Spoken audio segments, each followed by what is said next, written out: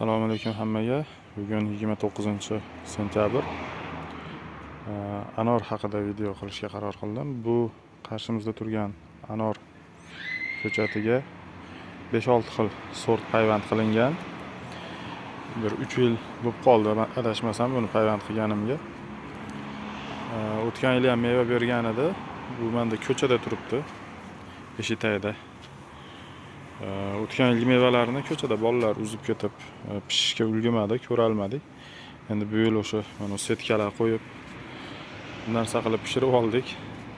Endi ko'rmoqchimiz ichi qanaqa ekan, aytilgan sort chiqadimi, yo'qmi.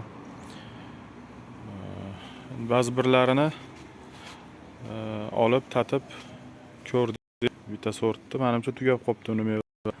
Urug'siz, ya'ni yumshoq urug'li bo'lib chiqdi. Lekin uni mevasi ko'rinmayapti, tugabdi shekilli. Endi qolganlarini bo'lsa ham ko'rsatib obzor qilmoqchimiz. Hozir mevalarni uzib, bitta-bitta ko'rsatib chiqaman.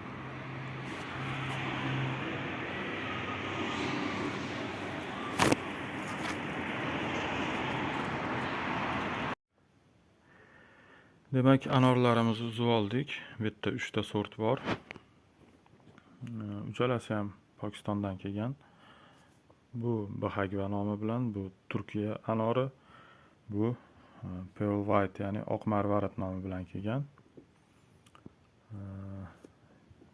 Demak, Bahagva anori aslida Hindistonning sorti bo'lishi kerak.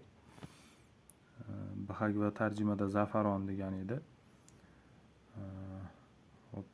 Men internetda o'qigan ma'lumot bo'yicha dona yumshoq urug'li bo'lishi kerak edi.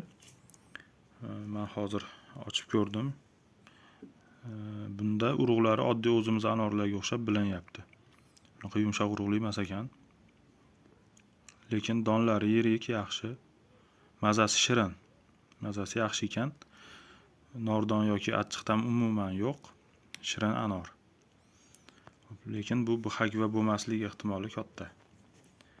Lekin yomon sort emas ekan, yaxshi. Endi buni postlari sal to'qroq bo'lar ekan, mana siyoh rangga o'xshab ketadi. Turgan sari turk anori deb kelgan. Buni donlari bu ham qizil, lekin ichidagi oq nimasi ko'rinar ekan. Urug'imi bilmayman, bundan farqi oqish bo'lib turar ekan. Donlari bu ham yirik, yaxshi. Mazasi bu ham shirin. Bu ham nordon achchiqdan umuman yo'q. Lekin bu ham shu urug'li sort. Lekin mazasi yaxshi. Hammasi uchala sort ham mazasi juda ham shirin sort ekan, nordonligi yo'q. Endi bunisi o'sha Pearl White deb kelgan, oq marvarid sorti. Usti ham sarg'imtir bo'lib qolar ekan, pishgandan keyin.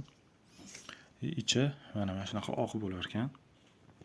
Bekorga oq marvarid deyilmagan ekan. Donlari yirikligi yaxshi. Bu ham shu urug'li sort, lekin shirin, yaxshi sort. Endi bulardan tashqari yana bitta sort bor edi. Meva qilgan bu yil. Afsuski mevasi qolmadi. Tarnab Gulabi degan sort edi. Pokistonda sorti 2 tamikin meva qilgan edi. Mevasini yeb ko'rdik. Yumshoq urug'li, shirin sort ekan. Afsuski ozligi uchun qolmadi obzor qilgani. Endi keyingi yilga o'shani va yana boshqalari ham meva berish kerak. Umumiy hisobda 7 xil kamida sort bor shu daraxtda. Qolganlari ham meva qilsa, iloji boricha ehtiyot qilib saqlab pishguncha yangi yilga yana to'liqroq obzor qilib ko'rsatishga harakat qilamiz. Hozircha shu. Hammaga rahmat. Kanalimizga obuna bo'lib, like tugmachasini bosib qo'yish esdan chiqmasin. Sog' bo'linglar.